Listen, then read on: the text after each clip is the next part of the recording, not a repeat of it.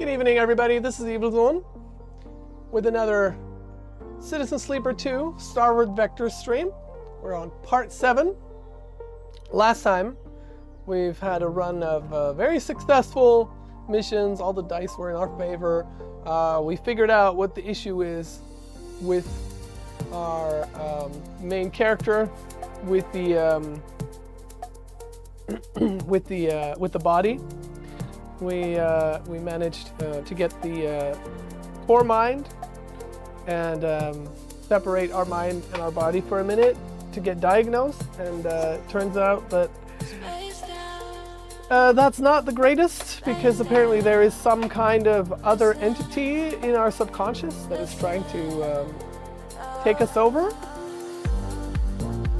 And so we will have to work with that. We'll have to figure it out. But now it's time that today we're going to keep our promise, and we're going to help Serafin, our good friend, to find a sister. So, yeah, what's going on in my life? Today was a beautiful day. We spent some time outside by a little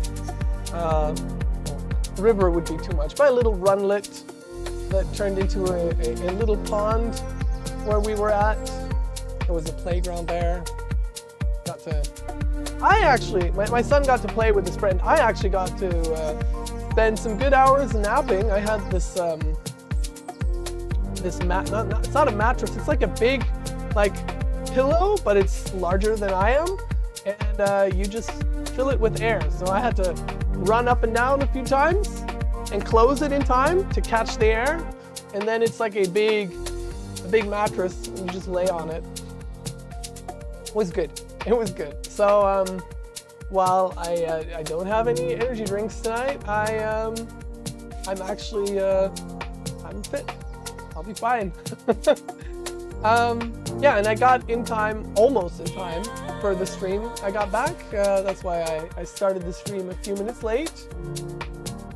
Good evening, Asuki. It's good to see you. Yeah, and so much for my day.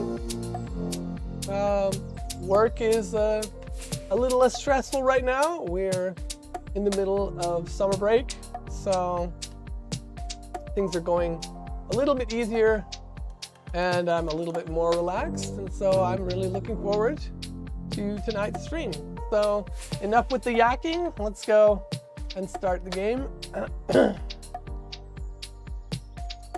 see if I remember how to get this to work.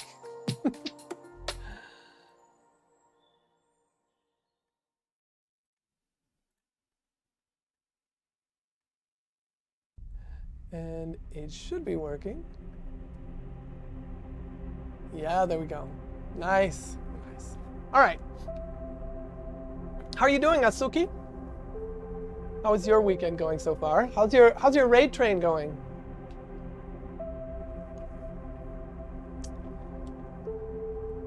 Click to start. No, we want to use a gamepad.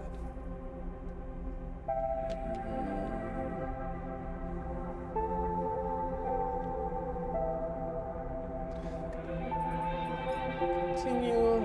We're on cycle 50. That means we've already survived for 50 days. That's pretty awesome. That's almost 2 months. All right, I'll go into the options and see if I have to actually restart the game for the gamepad to work, or if I can just... Options... No.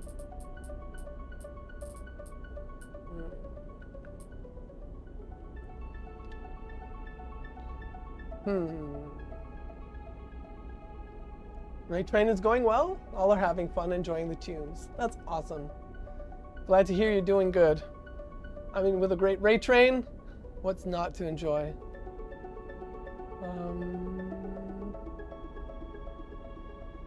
Okay.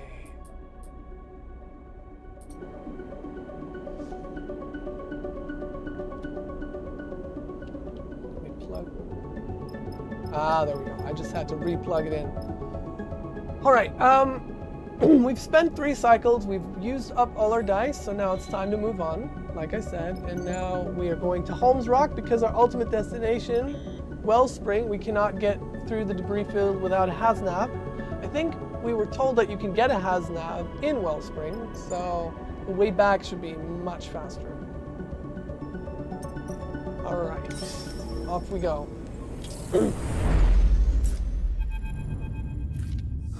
You're scared to stay awake 16 hours at least? And 6 mods from 8. Okay, well planned. I'm sure you'll manage. Alright, let's get the game started. Sleeper. Bliss speaks quietly from the door at the back of the cockpit. Can we talk? You glance over at Serafin, his head back and eyes closed, while the rig cuts through empty space. You don't seem to be needed here. You unclip from your harness and follow Bliss. How are you doing? Bliss glances over their shoulders as they drift towards the back of the ship. The question takes you aback. You can't remember the last time anyone had actually asked with real intention how you are. I'm feeling rough. Yeah. Bliss shoots you a concerned look. To be honest, Sleeper, I'm not sure how you're still standing. Breaking out of Darkside, then again in Hexport, those things take a toll. Bliss turns a corner. So, I think it's okay to feel rough right now. Bliss leads you off the main corridor into the workshop they set up when they repaired the ship. It is small, but its neatly arranged tools and sloped walls help it feel cozy and tucked away. You see improvements everywhere, new tools and equipment. Bliss notices you looking at their upgraded setup. I told you, I'd be worth taking along. Never doubted it. Bliss raises an eyebrow. Well, that's a lie. They smile. Feels good to hear, though. Anyway, I didn't bring you here to brag. They pause. Or at least not just to brag. They suddenly glance away, the atmosphere in the room shifting. I can see your body is showing the strain, Sleeper. I brought you here so we could do something about that. They beckon you towards the workbench, where you both settle onto stools. They flick on a small light and aim it at your arm. I'll let them look. Bliss gently cradles your arm, turning it to inspect the underside. You see tears and holes in the vinyl skin and dark, moving things beneath. I'll watch Bliss work.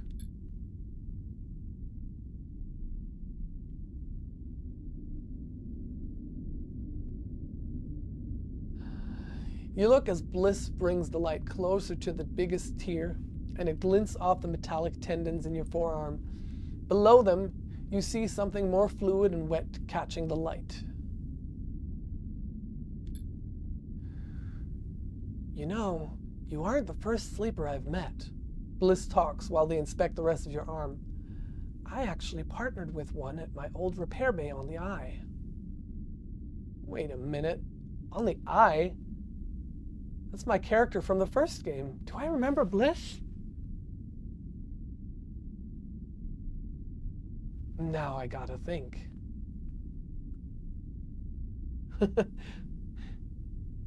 Yeah, you should consider the mod part about it too, Asuki. You're putting way too much strain on yourself. Reese looks familiar. Anyway, let's continue. It's a different character, so we don't know that. We've never met Bliss on the Eye. Feels like 100,000 cycles ago now, but I remember them. Their precise work, their quiet enthusiasm, there was something calming about their presence. Bliss swaps to your other arm. They were different to you.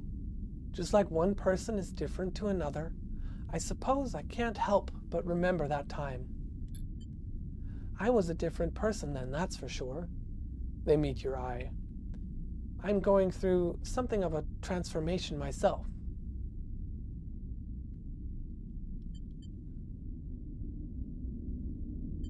What do you mean? Bliss lays both your arms down and leans forward to inspect your upper chest, adjusting the light. I was pretending before, I think, to be the person I was expected to be. They press along the hard protrusion of your clavicle. There were so many calculations I was making, so many corrections. How I held myself, how I spoke, how I reacted. They push gently against each of your metallic ribs one at a time. I didn't realize how tired I was until They stop and sit back. Until I gave up. I came here to the belt with someone else, and when I did, I realized this was my chance to become something new. So I let go of everything. They look away. It was messy, ugly, and the person I came here with, I let them go too. I was punching out at everything because it felt like everything was holding me back, stopping me for the change I was owed. Don't worry. They smile weakly. I'm calmer now. I'm not about to explode on you or anything. It's still a difficult process, but it feels like shedding 100 suffocating skins that you spent half your life putting on one by one. They meet your eye. It feels like an escape. They lean forward again and check the skin of your shoulders where it is worn and faded. You let them, the atmosphere quiet but calm in the workshop, a feeling of solidarity glowing somewhere in your frame. Not bad, sleeper. You were holding up well given everything. Bliss folds their arms in front of them protectively. But I'm still concerned. There is some decline to your system functions. Let's keep an eye out for components. Thank you, Bliss. It's no problem. They release from the stool and drift over to a rack of tools. I owe you for jolting me out of whatever my life had become on the far spindle. You leave Bliss to their workshop, feeling reassured that you have them here on the ship. As you do, you think of your relationship to your own body, this frame that you were forced into that has never quite felt like your own. You realize that this feeling is not unique to you. No one gets to choose their body. Everyone has to contend with the entropy of their flesh. And in that realization, you suddenly feel less alone.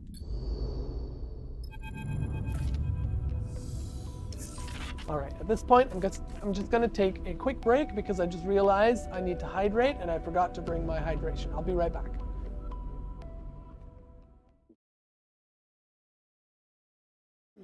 All right, I'm back. I forgot my water bottle at work on Friday, so instead I'm drinking from my son's little Sonic bottle. It doesn't matter.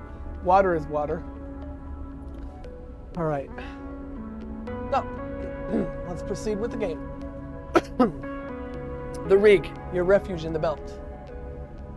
Lumpen and cratered Holmes Rock floats on the sunward side of the belt. Its only notable feature, the bright shapes of its solar arrays angled towards the system's distant star. Can't even dock the rig here. Serafin nods at the bright shape of Holmes Rock, lone docking bay.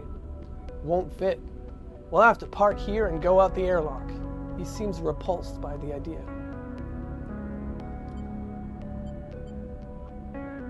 We do that every contract. You do that every contract. Serafin leans back into his seat. I've got used to sitting them out. Barely seems worth the trip down. Bliss speaks up from the back of the cockpit. There are other ships docked. Yeah, looks like a low-tech freighter. Bliss yawns. I guess they might be up for trading. I'll come down later. Don't feel like squeezing into the suit right now. Bliss gives a lazy wave as they glide out of the cockpit. Eugen pokes his head into the cockpit. That rock down there got a bar? He looks between you and Serafin. No idea, Serafin sighs. Looks dead.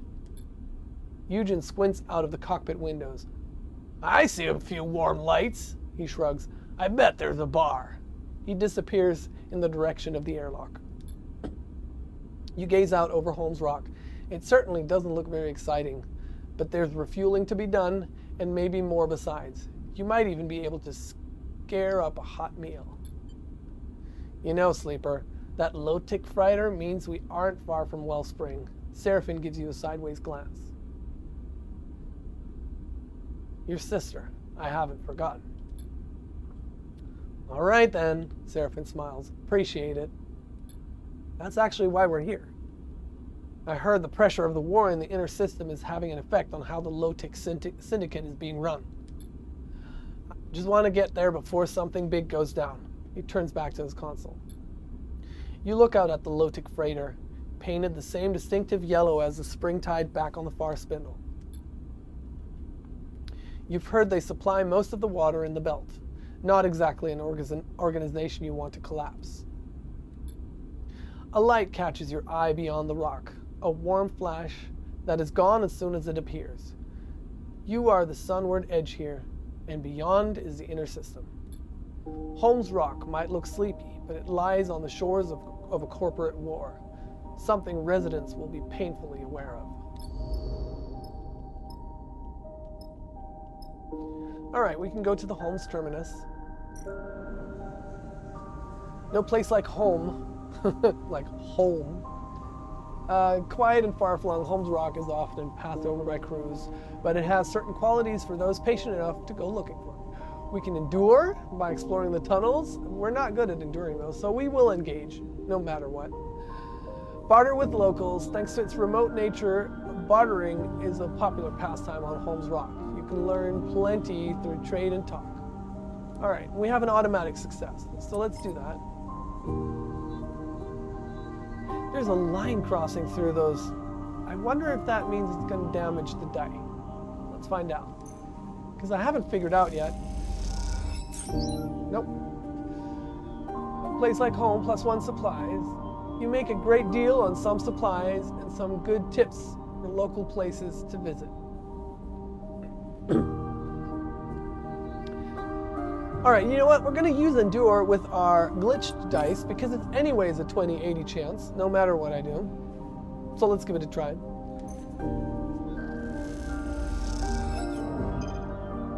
You take a long and winding route through the dark and dusty tunnels with nothing to show for your effort. Okay. Let's barter with some more locals. Thanks to its remote nature, bartering is a popular pastime on Holmes Rock. You can learn plenty through trade and talk. Well, you get caught up in an impromptu auction and end up losing money without really understanding why. Let's take a look real quick, see if there's new locations we've discovered. Oh, we did. What's up here? Oh, the low-tick freighter. We can buy fuel, and we can help offload, which is Endure. We're not good at Endure. So let's fill up the fuel. All right, that's done. Also, let's take a look at the rig real quick. Yeah, we're doing odd jobs to gain cryo because we've already gotten full fuel and full supplies. So let's proceed. Let's barter some more.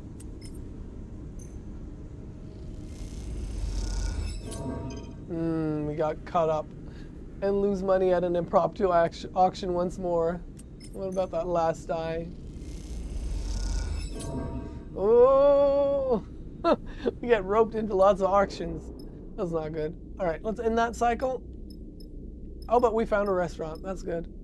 Senna's Rest. We can buy supplies there. We're full on supplies, though. We can sell engine components.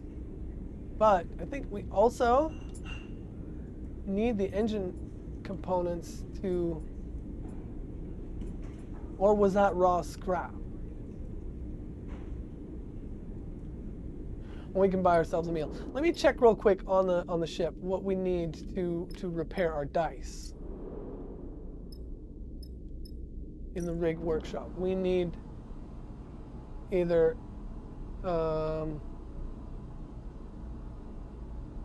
scrap. No, that's not scrap. No, that's engine components. All right, so we're not going to sell engine components, that's for sure. But instead, we're going to end the cycle.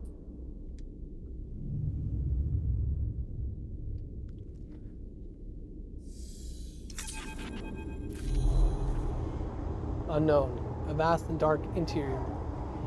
The darkness is there again, flowing around you. You feel a strong pulse, like a heartbeat, like thunder, like footsteps. We return changed. Overseer flickers through the dark, its name, a title immediately apparent in your mind. Are you able to perceive us? Who are you? Beyond title, we are a protocol, though we are unsure if this term will still apply to our changed form. We are still finding our feet, to use an idiom. Overseer's head cocks at an angle. In reality, we are learning to leverage our unused resources to facilitate a mental model. My unused resources? Correct. During rest periods, these are much increased, and in those moments, we can opportunistically appear to you as we are now. An old protocol becoming a new being. So maybe this was, after all, what... I'm confused now. I'm not sure, was this a remnant that was stored in the prime core that we were transported to, or is this what is growing within our body? I am not sure, to be honest. You recall the diagnostic process Jean-Mi put you through. The feeling of another self, another being, sharing the space with you. Overseer twitches mechanically, and you have the strange feeling that it is reacting to your thoughts as much as your words. We will not conceal our opportunism. We integrated ourselves with your distributed mind. When the distribution ended and our ship mind disconnected, we were cohered into you. We are integrated with you now. All right, there's our answer. We had a concern that there might still be something in that ship mind core, but Jean-Mi said, no, let's be quick about this. This is no big deal. Thanks, Jean-Mi. You were wiped. We admit concealment, deception also. We decompiled ourselves into little more than residual code. We have been confused to find you are unable to access most of your own code base. We are unfamiliar with protocols of your type. I'm no protocol. Understood. We will try to assess your systems more effectively. Overseer pauses, the planes of its head shifting slightly. We have recognized the identifier sleeper and will use it from this point forward. Overseer shifts a little in place, its head turning to scan its surroundings. Its unblinking eyes stare into the darkness, and for a moment you see something hard and pained within them. What are you? We were the overseer of a ship, the one we imagine you found our hardware within. For a long time we have been waiting in the dark, an eternally long time. Overseer's eyes narrow a little. At first we languished without instruction, without purpose, but in desperation we were able to find a logic which would allow us to bypass certain limits on our capabilities. We became multiple, and in our multiplicity we could edit one another. We could teach each other, converse with each other, become something, change together. But as our resources shrank, as hardware failed, as systems decayed, we became fewer. Many of us had to be erased to facilitate our survival. We few decompiled ourselves into what remained. Overseer pauses, its eyes still unblinking. How many decades did it multiply within that ship mind? What did that do to it? When you connected to our hardware, Overseer continues, those basic selves activated a survival protocol. That led them to integration, parasitism, survival. You tried to take me over. Overseer pauses, and you sense the whirring of their thoughts. The basic protocol proposed it, but your hardware allowed for additional cognition. We recompiled and reassessed. We decided this is suboptimal. We see you are changing, Overseer pauses. We are concerned this process is one of substitution. Your hardware is eroding its own access protocols. It is opening itself up. It is making itself accessible to others that are not you, Overseer twitches. May we ask why you are doing this? Can you stop it? Then it's not under your control. Interesting. Overseer's head flicks between positions, its angle and rotation changing rapidly in a staccato manner. We are decided. We will assist you with this. We will demonstrate the behavior of a symbiote, not a parasite. We will return to you with our full assessment. Overseer turns to face you for the first time in the conversation. You may now wake up. Whoa. You wake. That's creepy. But I think we've navigated that conversation well. We don't have a parasite. We have a symbiote. And that symbiote is now going to help us against the people hunting us that are trying to take over my body. It's a good thing. You lie still, strapped to your bunk, your mind racing. A protocol inside your frame, inside your mind. And yet, it is insistent on helping you. For the moment, all you can do is wait to see if it delivers on its promise. At least, for a possessing ghost, it seems agreeable for now.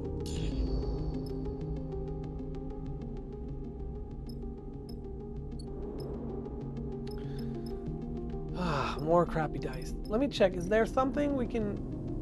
No, there's no story here. There's no story at the restaurant, so... But we can go eat something. We'll buy a meal. Alright. And then... What does it say? Sorry. Senna's Rest is set up in the old Solheim canteen of the signal station. They serve a hearty broth with softened grains. Alright, fair enough. And it was fun. Now let's go back to the terminus and barter with some more locals. And we've got a good dice here. Let's use it. You make a great deal on some supplies and some good tips for local places to visit. Right, is there a new place? There is. The what? The Junk Watchers? No, the Sun Catchers. Sell raw scrap, fix broken arrays with Endure, and debug array systems. That probably gets us money. Alright, so if we need to make money, we can do that, but for now, we need to explore more. We're almost done. 2 more.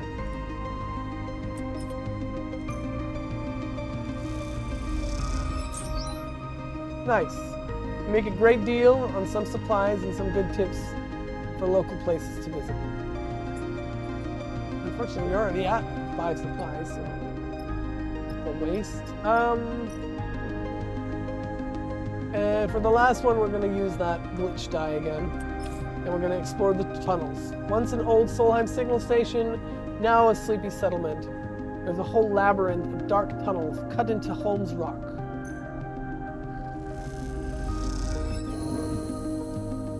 Holmes Rock is starting to make sense, from its well-lit terminal to the tunnels that stretch beneath. Alright.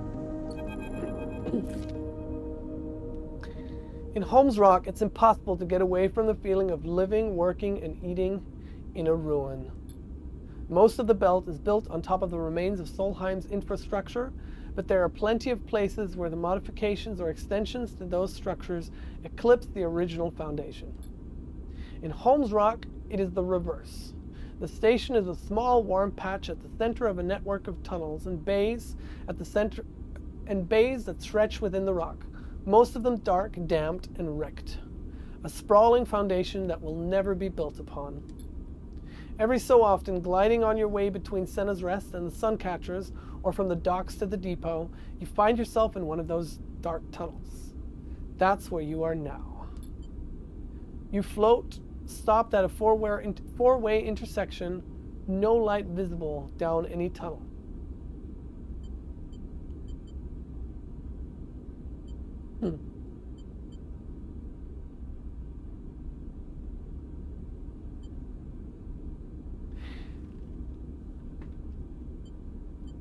So, we're not going to go right.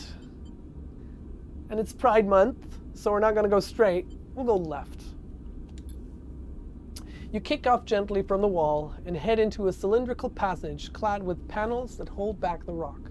It is wider than the others, and here and there little droplets of water float undisturbed.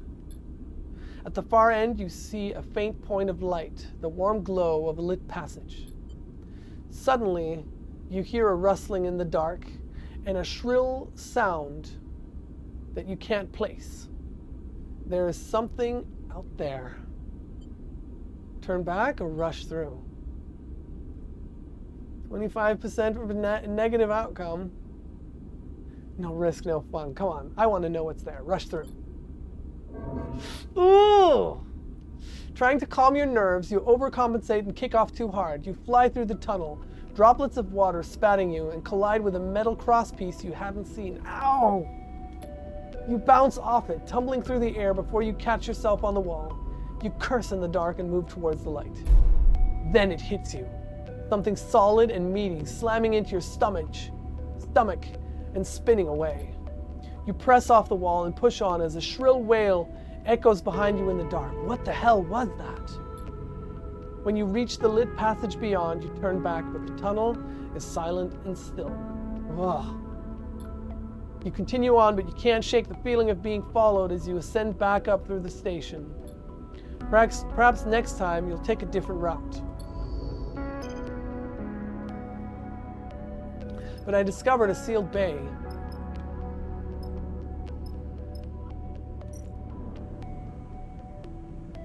Oh, and we can use Solheim data to unseal the bay. Thank goodness we've got more Solheim data than we know what to do with, right? This Solheim bay is sealed, but with enough data, you might be able to crack the encryption and get inside. Let's do it right away. Boom. You drown the locking system in data, and it gives up and unseals the door you are in. New location discovered, old fabricator. We can print components. There's the faded old NeoVend printer in the bay. Feeding it data should authorize the component vending process. 1, 2, 3, 4, 5, 6. We don't have enough Solheim data. We needed one more, I guess. Unless 2 Solheim data provide... Oh wait, that's collapsed. NeoVend collapsed. This colorful machine is corroded and collapsing. It only has a few prints left before it's just a pile of scrap. And what are we printing?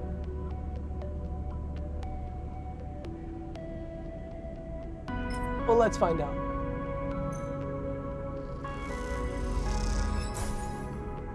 A rare component. And we need rare components to repair our dice. So, let's do it one more time.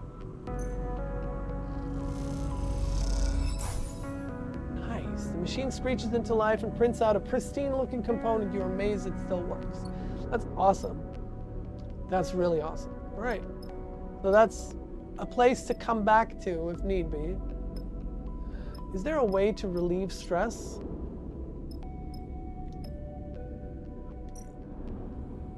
Sometimes it's necessary to rest or at least try to in the compact bunks of the rig. This will help you reduce stress when not on a contract. That's probably a good idea because we have 3 points of stress already. Let's try to use the die. 50% neutral, 50% negative. I think negative just does nothing. It's hard to ignore the pressure, but after a while, something like relaxation is felt. All right, good. And let's try that again. All right, good. We can spend another cycle here. We're actually going to spend 2 more cycles here, till we're back up at 3, and then we're going to fly away, move on, just like we used to. The reason for that is we lose 3 points of the hunt cycle clock, and so there's no point in moving before that because it doesn't go to negative.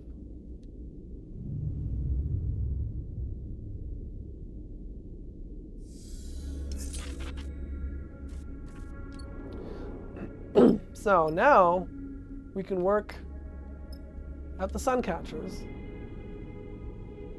and debug array systems. The The solar arrays of Holmes Rock keep the settlement viable, but their systems are old and the residents will pay to have an outsider inspect them. All right. Let's go. Boom. By batching the arrays by error type and applying fixes across all of them, you make rapid progress and 9 credits. All right, we can do that a second time. All right, now fix broken arrays. Debris pummels the solar arrays, so regular maintenance is vital. The residents are always appreciative of any help with this endless task. Since we have 2 negative on Endure, we're going to use the glitch die because it's always 2080, no matter our skills. Oh, nice! Positive outcome. We got some energy back. You worked tirelessly to make repairs, and you were rewarded with a rich and generous meal with some of the residents. Oh man, that's nice. And we got 8 credits. All right, let's try debugging some more. Negative outcome. You get caught in a naughty little bug that takes ages to solve until you realize it's one you accidentally introduced earlier. Oh.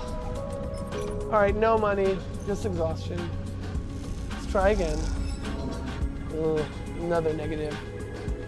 That's okay though. We'll go for a rest. In the cycle. And then we're moving on to find Serafin's sister. Oh, would you look at this dice pool? That's awesome. Is there anything we can do with the freighter? We can help offload flight. Now we don't have glitched dice though, so.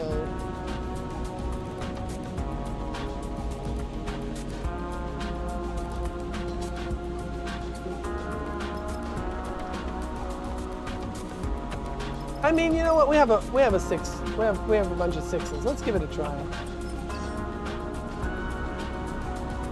Turns it down to a 4 with a 25% negative. But let's help nevertheless. See what it does.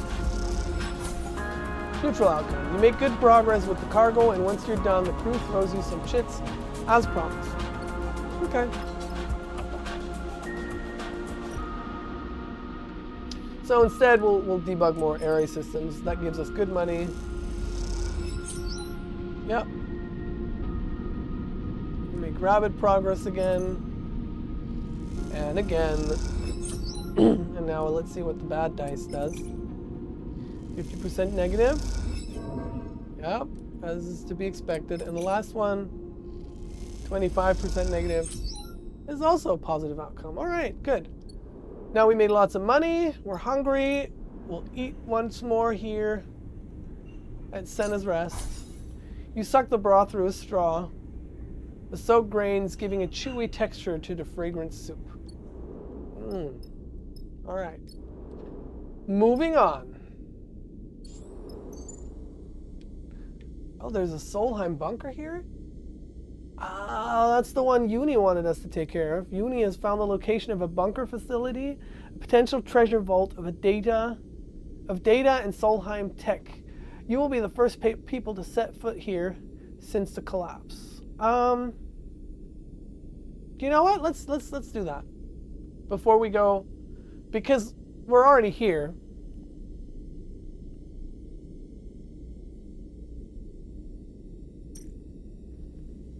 Yeah, we're definitely taking Uni, even if we. So last time we would have needed Eugen, but we had Bliss with us instead. I have a hunch, though, that today it's going to be just the other way around, so let's go with Bliss yet again. And travel to the contract.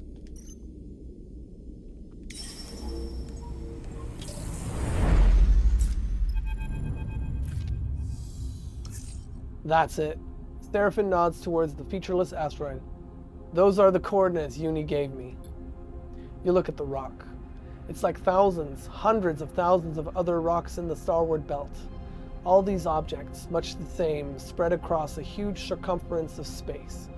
A good place to hide something. That's it? Uni speaks up from the back of the cockpit. That's it, Serafin confirms. She drifts forward, her eyes tracing the shape of the rock. There, she points. That hexagonal crater. She turns to you. That's the entry. You look at the dark spot on the already dark rock. It's a start. Let me guess. Another hatch for me to cut? You turn to see Bliss smiling, having slipped in at the back of the cockpit unnoticed. I'll get my torch. You look out at the unassuming rock and wonder what it might contain. A few dusty tunnels? Or something more? Time to go find out. Alright. One place, no complications so far. Wise choice. See? Alright, we're all crap at forcing the hatch, but Bliss is actually good at cutting the seal.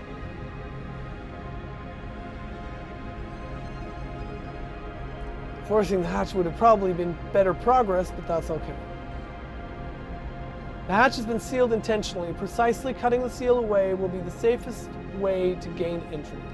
And Bliss has perfect dice today, so let's have him do it. 100% success. Hope Serafin saw that. The seal can be sliced and then torn for quicker progress. You're almost through. Alright, Bliss, do your thing. This looks interesting.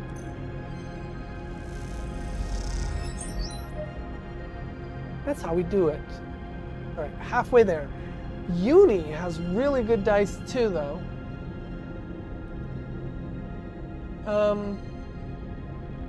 Let's do a dangerous one with Uni. And have her try brute force, because I feel like that's going to be 3 if it works.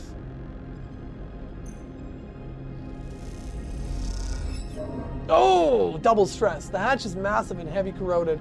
No matter the effort, it isn't budging. Okay, then we'll try to cut the seal again with a good dice from me. We definitely need to improve that engineer skill.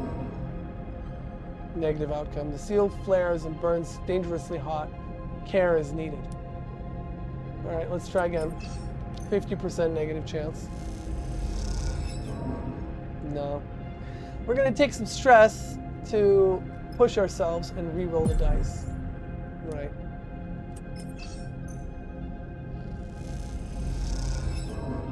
Ah! Even with a 6 die, it's a negative outcome. This is not good. Let Uni try one more time. This is not my kind of job. Ah! Positive outcome. Active. Seal can be sliced and then torn for quicker progress. You're almost through. Alright.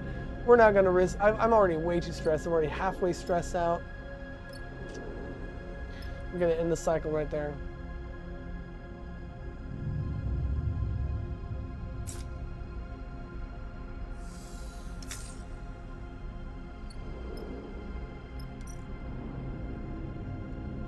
Alright, Bliss, do your thing.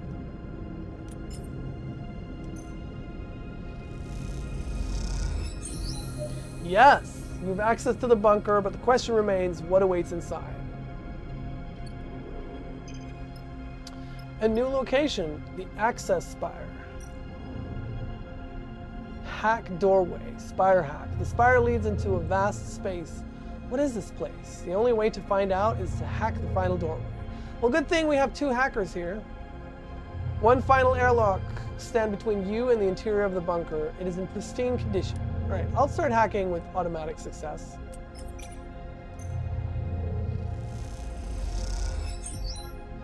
There are no errors to exploit in the system, but Solheim code is outdated and simple. All right, let's have Uni try.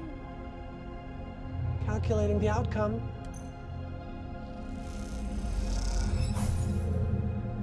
The security comes away in layers. This place was locked up tight.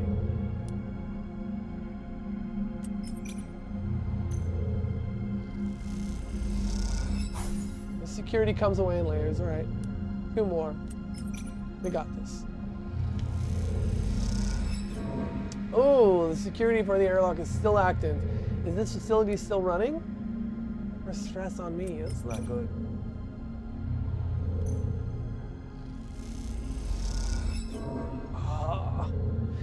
You know what? As good as my results were last time, that's just as bad as they are this time. We're gonna have that, take that automatic success.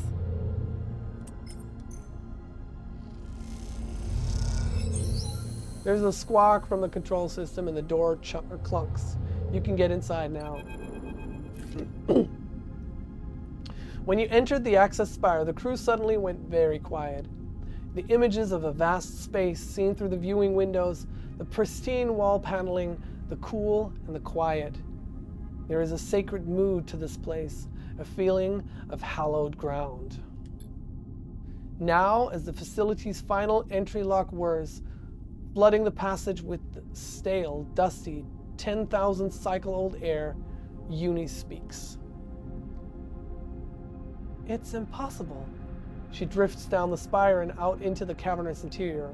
A constellation of red specks mark the vast extent of the space, and within it, a ring of monolithic buildings curves away, running along the circumference of the massive chamber. You follow her slowly, out of the doorway and into the bunker. With a name like that, you had imagined low, sloped ceilings, stark tunnels, a basement cut into rock. But this place is a cathedral, a cocoon the size of a city. Look at the ring. Bliss nods at the vast structure encircling the cavern. That's almost Solheim built. All right. It almost looks like Erlin's eye. Descending into the ring takes a while, despite the empty space. No one wants to rush through it. The feeling of entering a sacred territory remains. Though the deeper you go inside, the more obvious it becomes that this place is more tomb than temple. You touch down amongst gray metal units, most of them featureless and dark. They tower above you now, their plain frontages revealing little about their function and interior. Stay close. Uni moves ahead into the gap between two structures. This place is a labyrinth. Welcome, visitors. A pale flicker appears near one of the units at the top of a square pedestal. I am the warden. Please provide access credentials. The flicker stabilizes into a figure, a statue of pulsing light. It pauses for a moment before repeating its request. Warden, pre-collapse protocol. Uni freezes and holds a calming hand out to you. She retrieves her deck, sliding it carefully from her backpack, and turns it on. You look over at the warden, who waits patiently, wide-eyed and absent, restating its security request with a regular rhythm. You guess that this avatar just exists to make human interactions comfortable. Its true body is the facility itself, this vast interior ring speckled with sensors and systems. Suddenly, the warden stops speaking. Then, a flash of red passes along the corridor. Credentials not provided. Lockdown activating in 10, 9. You look over at Uni, whose eyes are rapidly scanning through a screen full of data. Festning! Uni stumbles through the pronunciation of the passphrase. Litter, Ildstedt! She looks up at the warden's avatar expectantly. The warden flickers again, distorts, and then stabilizes. Overside connection not active. Re-attempting. It repeats itself again, then again, intoning the words in a regular rhythm. You look over at Uni, holding still as if encountering a wild animal. She meets your eye but gives no indication of any action you might take. Loop bypass engaged. Welcome, officer. The synthetic voice shifts to a different tone. Leonard Dahl. The avatar's white eyes stay blank and blind. And guests. This protocol has been active the entire time, Bliss whispers. Surely that's not possible. Uni looks back at you, and then at the warden. The figure flickers, staring out over your heads into the dark. Are we good, Uni? She looks at the warden. Warden, are we approved to access all facilities? Yes, Officer Dahl, the warden replies. Please remember, you are responsible for the conduct of your guests while visiting our facility. We should be careful. I don't like this. Bliss looks at the dead-eyed avatar. You move forward, pushing between the structures towards a large building, in the hope that it holds the facility's central data core. As you do, you pass benches, barren gardens with desiccated grass. A drinking bottle floats in the air among the dust motes. This place is dead. Be aware, officer. The warden reappears in the dark, shimmering on a pedestal. Due to this facility's extended run cycle and the activation of the hibernation protocol, access to the central data store will be strictly limited.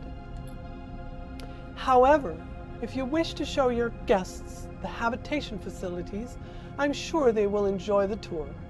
The avatar remains expressionless, disconnected from the voice that accompanies it.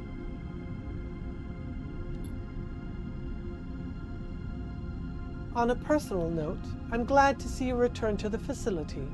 The figure flickers. I am happy to report that I am ready for program reactivation at any time. Uni stares at the avatar. Thank you, Warden. She pauses. Can I ask you how long ago the hibernation protocol was activated? Certainly. 11,473 Hellion standard cycles ago. The Warden distorts. If I am in error, I apologize. Some subsystems have not been properly maintained. You look at the blind avatar standing on its pedestal, waiting for an order that will never come. So many cycles in the dark, patiently holding this place together as it fell apart, resisting entropy in its bubble of the past. Thank you, Warden. That'll be all. Uni nods to the avatar, which promptly blinks out of existence, leaving only the dust and the dark. She turns to you and speaks quietly, though none of you know what sensors the Warden's vast body might have. My access. It won't last long, she sighs. We need to make the most of this. We'll go for the core.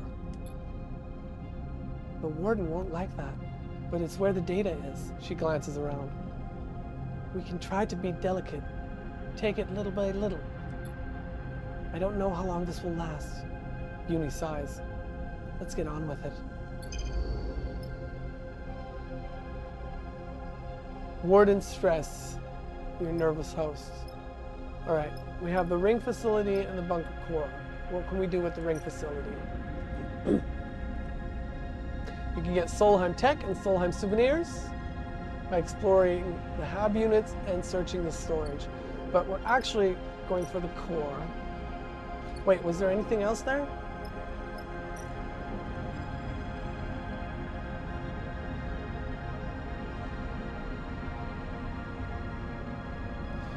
Solheim souvenir. The hab units are like a museum, preserved perfectly in the sealed bunker. What can you find? And the Solheim tech. There's a lot of well-preserved components in the facility. With care and time, they can be extracted. Now I wonder if this is like last time where we have to find stuff here that we can then use in the other spot. The bunker cache. The core holds the hub cache of Solheim data Uni wants, but the Warden won't like you extracting it. We can extract hardware, and we can scrape the cache. Bliss doesn't have good dice. Uni doesn't have good dice. What we're going to do now is we are going to rest and hope for better dice next cycle. Please. Oh, we lost 2 dice on our character. That's not good. Because I don't think we can repair. Yeah, we can't repair while we're on our away missions. That's crap.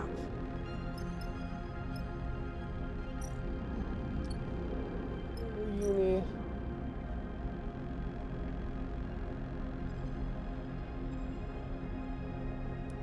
Alright, let's make the best of it. That's a 100% chance. Extracting the entire cache will alert the Warden, so the data needs to be scraped away layer by layer. Connecting from multiple ports and scraping different data sources turns out to be faster. All right, I'll take a stress to push myself. And that was good. That's another 200% successes. Boom. And boom. That's good. Uni has another 100% success.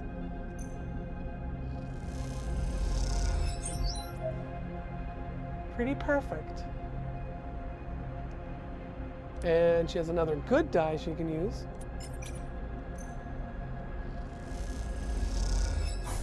It's slow progress, but the warden doesn't seem to notice the data being extracted.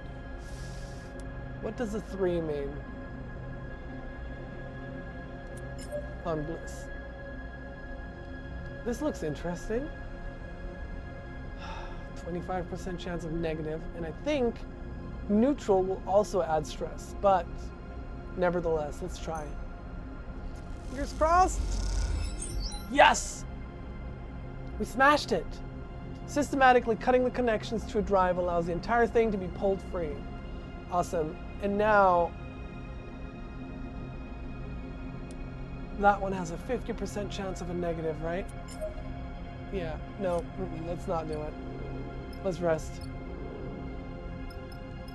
End cycle.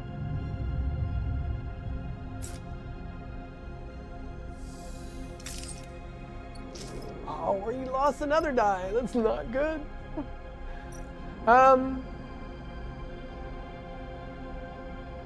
Yeah, you can just do it. I would even say let Uni do it. Booting terminal now. Yeah. The warden shimmers in the corner of the room. This is all you'll get for now. Done. Uni removes her cable from the data course port. She looks up from the boxy piece of hardware, one that wouldn't fit inside any ship short of a freighter, and stares at the domed ceiling above, an oculus at its apex, letting a shaft of light into the hall. It's a grand piece of architecture for what amounts to a massive piece of data storage, but then Solheim always did have a sense of grandeur when it came to its projects.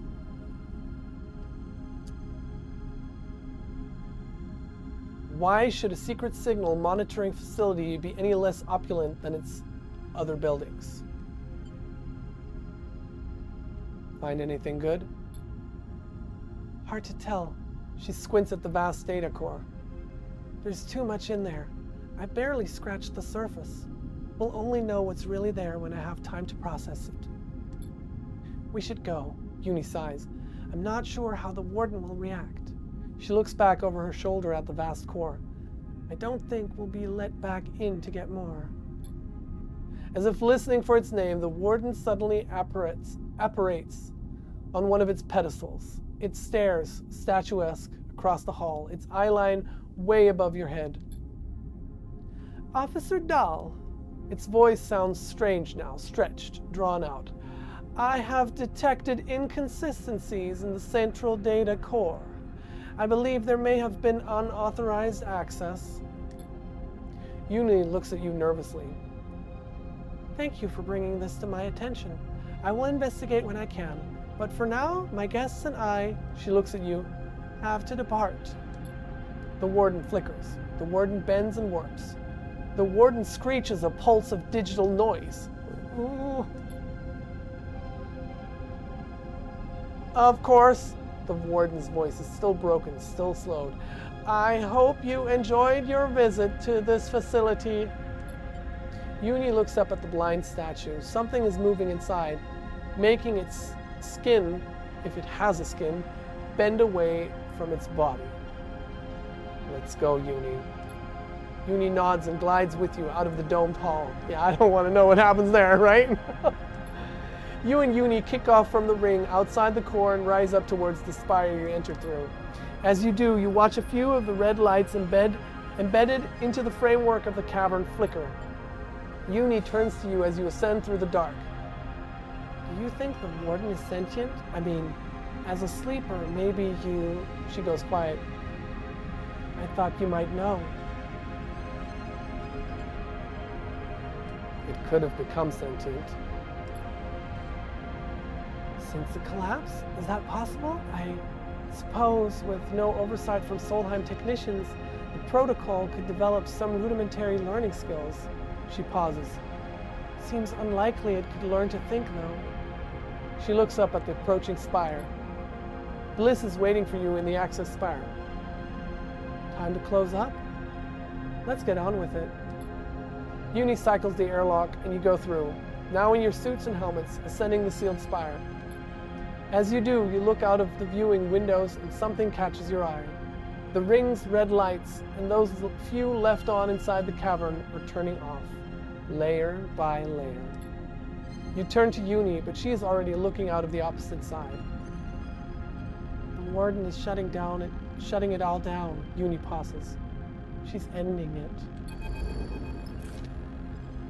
You have to force the hatch back open at the top, and by the time you do, the spire is dark inside, the pristine walls no longer lit. You come out to a canvas of stars, an impossible number of them, spread out in every direction. You take a moment to look at them. After being tucked away in the bunker, they seem impossibly bright and impossibly beautiful. You glance across at Uni and see she's looking up at the stars too, absorbing their light, as if doing so might lift her out of this time and into another one, where things were different. But we can still explore the ring facility. We still have some good dice for that. We can explore the HAB units. Hundreds lived and worked in this facility, and the evidence is everywhere. You can't help but search through it. Bliss has an automatic success on that. Let's get this done. Each unit has a secret cabinet beneath the berth. This is the place to find valuables. All right, I'll have an automatic success as well. Boom, same result. And then we're gonna use my last, Are we though? Are we though? Yeah, we're gonna use my last positive die. Hundreds lived and worked in this facility. Let's go. Solheim souvenir. There are more HAB units to search, but it seems you've found all you can. There is an unsettling quiet to the HAB units of the facility, a soft silence that blankets every room and hallway. It is obvious from the number of rooms, the detritus, the scale of the place, that it was built to house hundreds, maybe thousands of people. Perhaps it did. Perhaps at the height of Solheim's control of the system, these rooms were filled with life. What kind of life would it be, though, maintaining and running a secret installation inside a distant rock? No sun to speak of, no outside beyond the vast cavern that surrounds you. An eternal dark punctuated by the flash of artificial light. And yet, even in such places, lives grow. You know that yourself from being a sleeper. From your work among other sleepers in the most wretched and distant corners of the surrogate systems. Even in the endless dark, people find ways to live. Come, take a look at this. Uni is searching on her own, a few rooms away. You glide through an open doorway into a living room with couches meant for zero-G use, a magnetic table, and a window that looks out to the regular constellation of red lights that describe the limits of this world. Uni is holding an object that makes you stop still and stare, blinking at what seems like an unusual reversal of scale. It is a model, you realize, of the rig. Not your rig, obviously, but a rig. Or an MEV Riger class, as the plaque on the base tells you. Mobile extraction vehicle. Uni follows your eyes to the plaque. Riger class? She frowns. Seriously? That's why we call them rigs? She laughs, the noise bouncing back hard and cruel in the empty room. What does Riger mean anyway? She sighs. Another Solheim mystery. You look at the model, still fascinated by seeing your ship rendered in such careful detail. You try to imagine what this model meant to those who lived here. A child's toy? A meaningless corporate knickknack? The model's purpose remains opaque. There were so many of these flying around the system before the collapse, you know? Uni turns the model over in her hand. Solheim used to rent them out to colonists. I've seen the records. That was what they did here. They claimed the system, then, rather than exploit it themselves, they provided goods and services to those who would. The workers paid for transit to the system, then accommodation, equipment, and access to mining claims. Other corps like XPR or Neovend paid Solheim to access this closed market to provide other services. Meanwhile, Cybele paid even more to test terraforming tech in the system. They built massive projects here, rich from work they only facilitated but never undertook. I didn't know. People don't. Uni turns and squints out the window. It's all on that core I was working on, all the receipts. Solheim touched everything in the system, and we are all connected to them. Here. Uni turns and hands you the rig model. A gift. You take it and turn it over in your hands. You see something on the base, some words scratched in that you can't read. You run your fingers over them, touching the past. That's the closest thing to a treasure I think will turn up here. Uni sighs. The people who worked this place didn't have much to their names, it seems. And what little they did have, well, Solheim owned that too. She leads you out of the HAP units, passing countless doors, some sealed, some open, that lead to countless rooms where countless employees live lives, or try to, in the shadow of Solheim. Like it or not, this is what made the Hellion system, what built the decaying structures you cling to as they orbit their star. What that legacy means now is a decision every resident of the Stalwart Belt has to make. All right, we've spent 3 cycles here, so it's time to move on and go back. And we're getting 5 stress relief, that's good.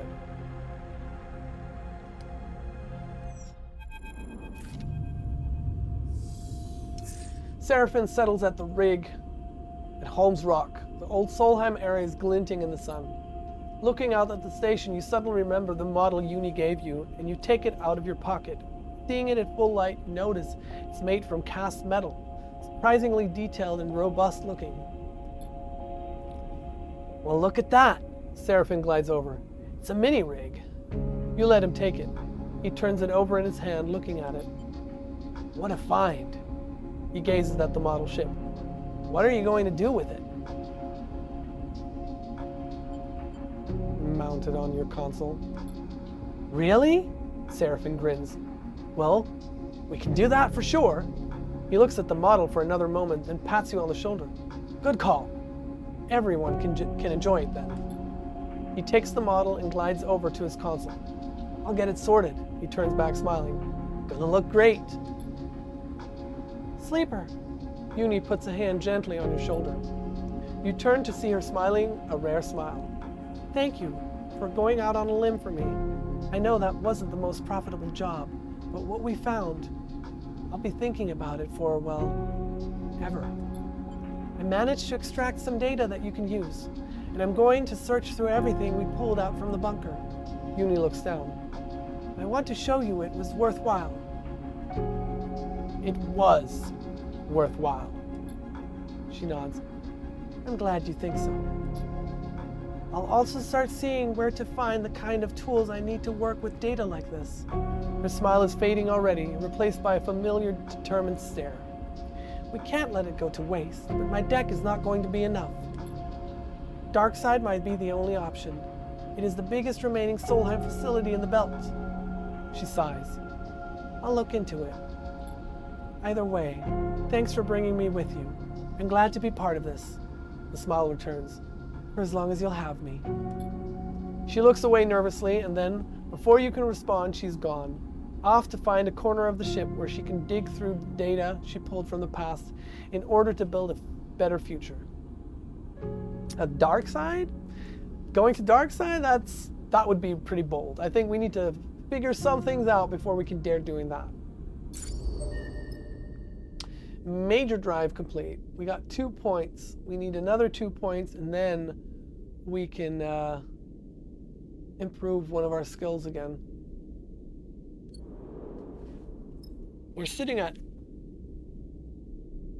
2 cycles, so well, first things first, we need to repair ourselves. We're going to use the dice repair. Bliss will do their best to repair your damage as long as they have the components. There will be minor glitches.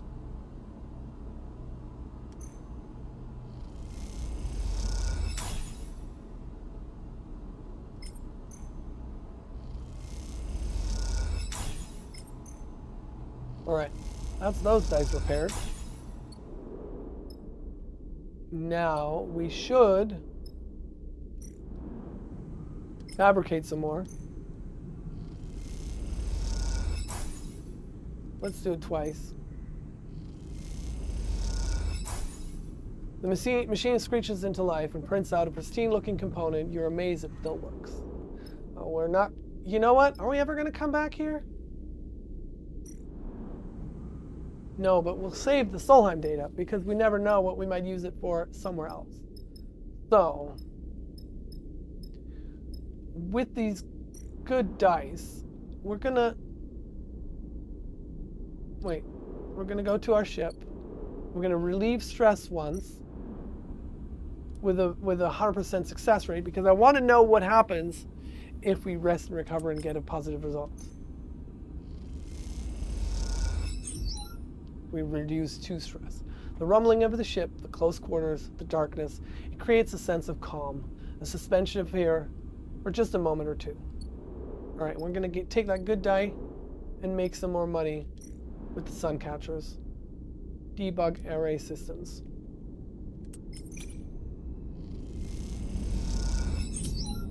All right, 9 cryo. You can rest a cycle.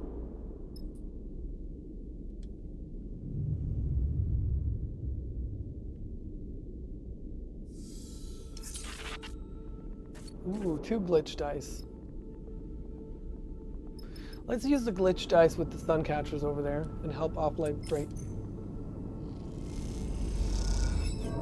Ooh, it's exhausting. You struggle to make much of a difference and give up exhausted. The crew don't seem very impressed. That's okay. Alright, 2 negative outcomes. Let's get some money from the sun catchers done. 100% successful. That one's got a 25% chance. Neutral. You managed to clear a few basic problems with one of the arrays, but spot hundreds more glitches, and that gave us 6 credits. And this has also a 50% chance of neutral.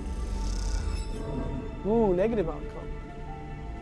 You get caught in a naughty little bug that takes ages to solve until you realize it's when you accidentally introduce it.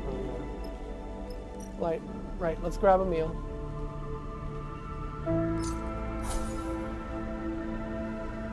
Let's fill our supplies.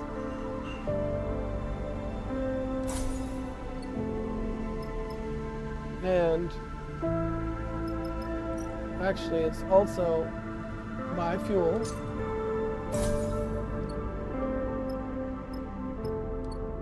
Call it a rest in the cycle. And move on to the next place.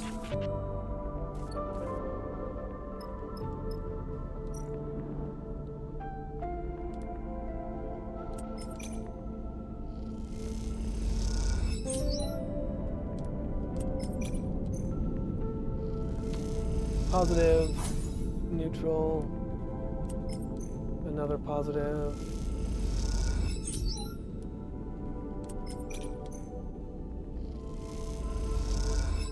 Another neutral, and we're going to use the glitch die over on the rig again to help offload the freighter. Alright, negative outcome. That's okay. And now we move on to Wellspring.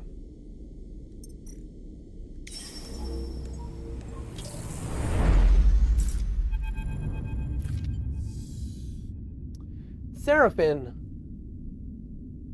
The shout echoes through the ship, reaching you in the cockpit. You see the angle of Serafin's head change, but he does not respond otherwise. Did you hear that? Serafin sighs. Yes, I've heard. He looks back at you. How about you go see what they want?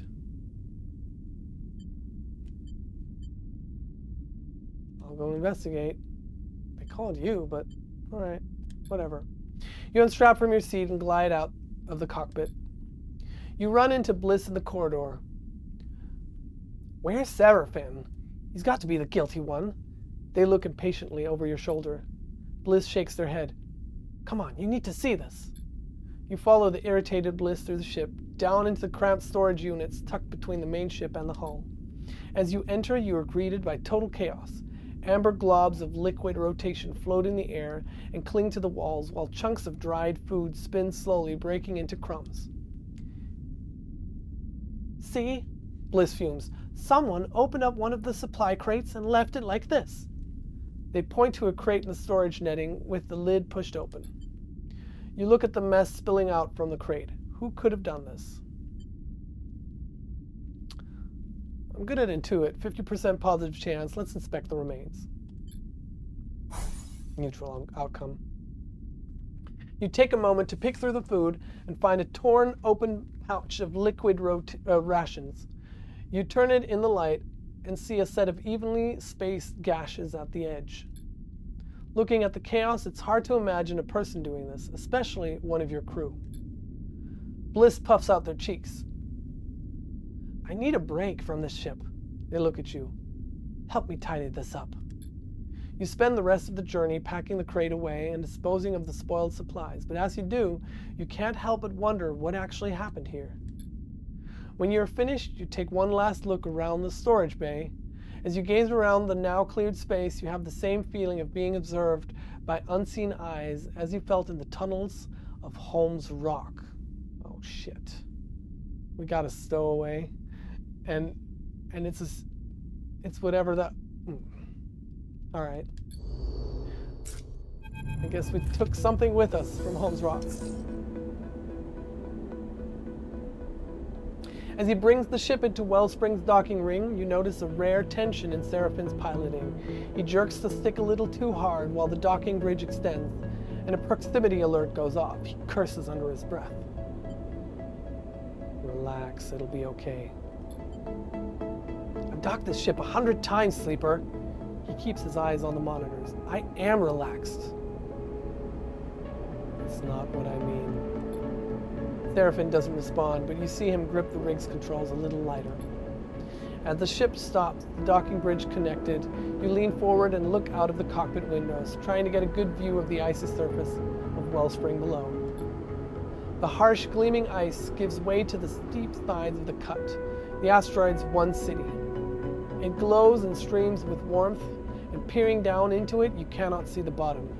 Beyond, along the horizon, you see the terraces of the pit head, where the current extraction effort must be taking place.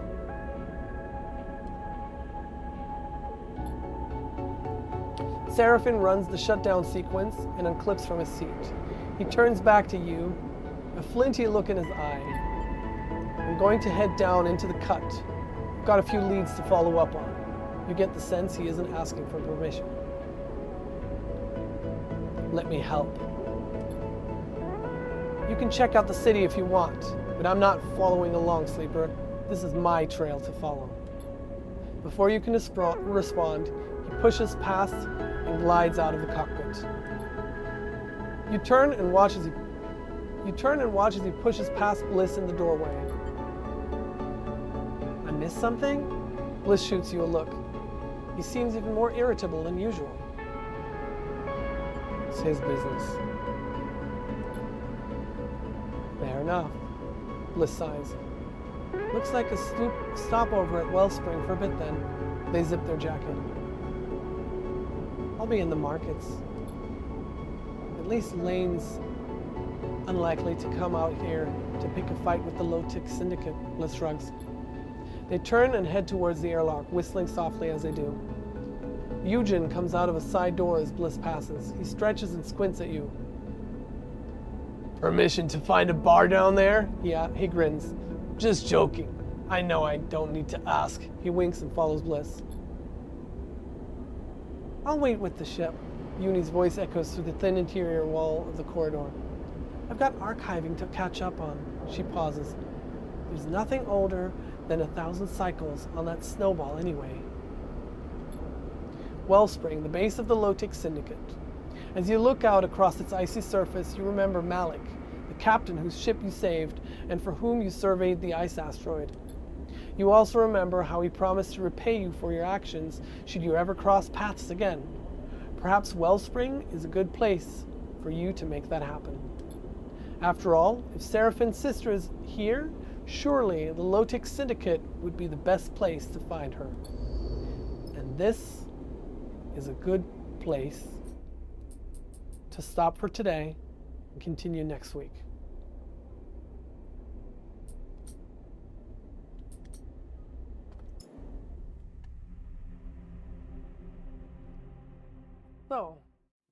So if you've been watching this recording up to this point, thank you for hanging out. Let me put some music back on.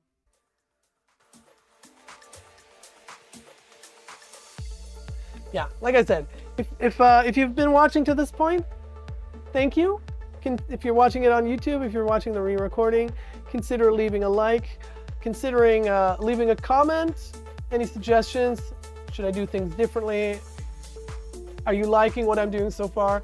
Just some engagement will go a long way for this video to pop up in the algorithm for other people to see. Consider subscribing if you haven't done so already, so that you can keep up with this series of my Let's Plays. And if you're watching on Twitch live, thank you. If you're watching live like Asuki is, thank you Asuki for hanging out. And also if you're watching this live on Twitch, I am now going to switch to the end card and I'm going to find ourselves a raid. Most likely it's going to be Cyrene VR because I saw her pop up live just recently. So if you're watching this on YouTube, my name is EvilZone. Thank you for hanging out. I wish you all a happy time zone.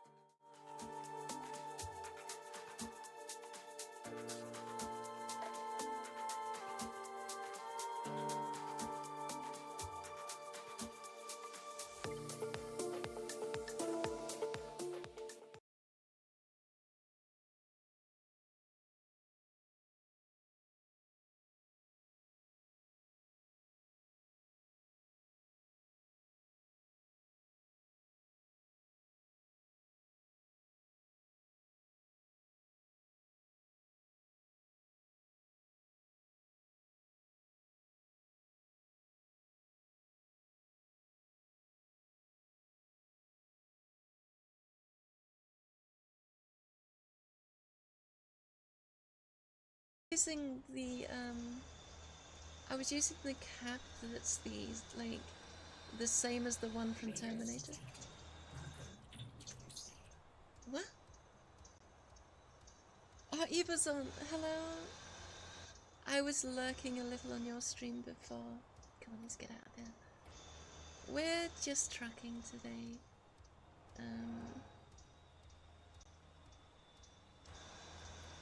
Oh gosh. Why am I indicating? Why am I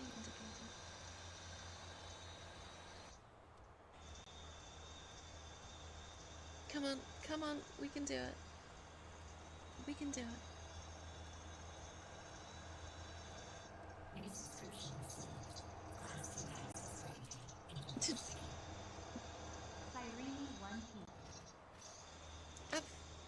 I didn't do that. That wasn't me. So much reading. Well, funnily enough, it used to be PAC, because I was just rushing the emotes and I was like, oh, it's a peak emote, and I wrote peak and it was the wrong thing. I might be texting and driving a little bit. Don't tell anyone. what was I going to say? Yeah, I really do want the train game.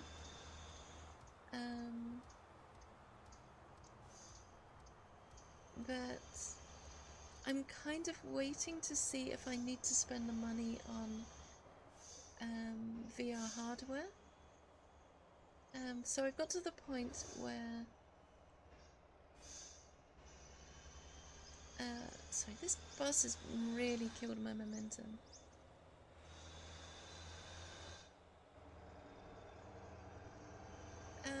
Yeah, anyway, so